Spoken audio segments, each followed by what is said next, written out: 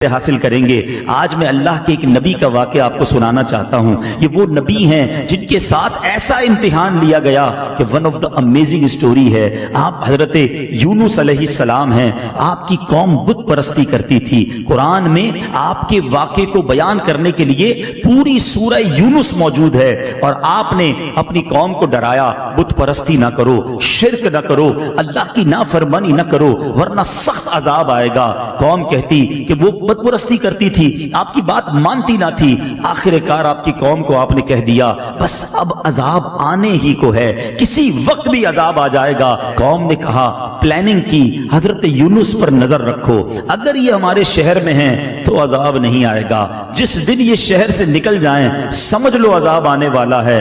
کمال کا عقیدہ تھا، بتوں کو پوچھتے تھے مگر دل میں یہ بھی جانتے تھے یہ اللہ کے نبی شہر میں رہیں گے، اللہ عذاب نہیں بھیجے گا۔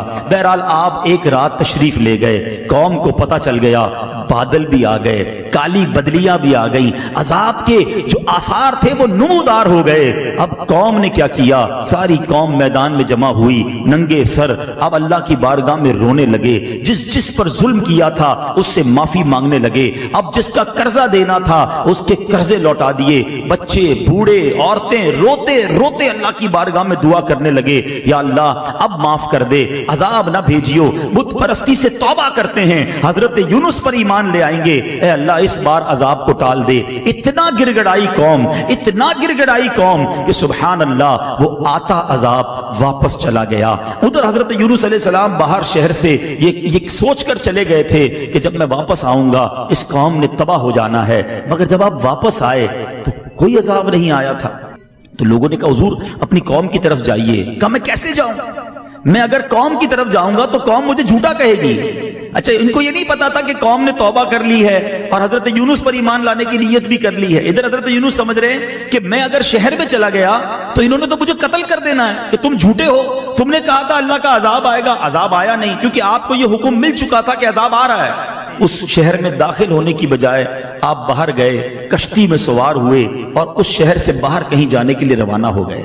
ایک اور آزمائش، وطن تو چھوٹ گیا، اب کشتی بیچ سمندر میں جا کر رک گئی۔ اب اس زمانے کی قوم کا ایک اصول تھا کہ جو بھاگا ہوا غلام ہوتا تھا نا، وہ جب کشتی کہیں رک جائے تو سمجھ لو اس کشتی میں کوئی بھاگا ہوا غلام ہے۔ اب انہوں نے کہا کون ہے؟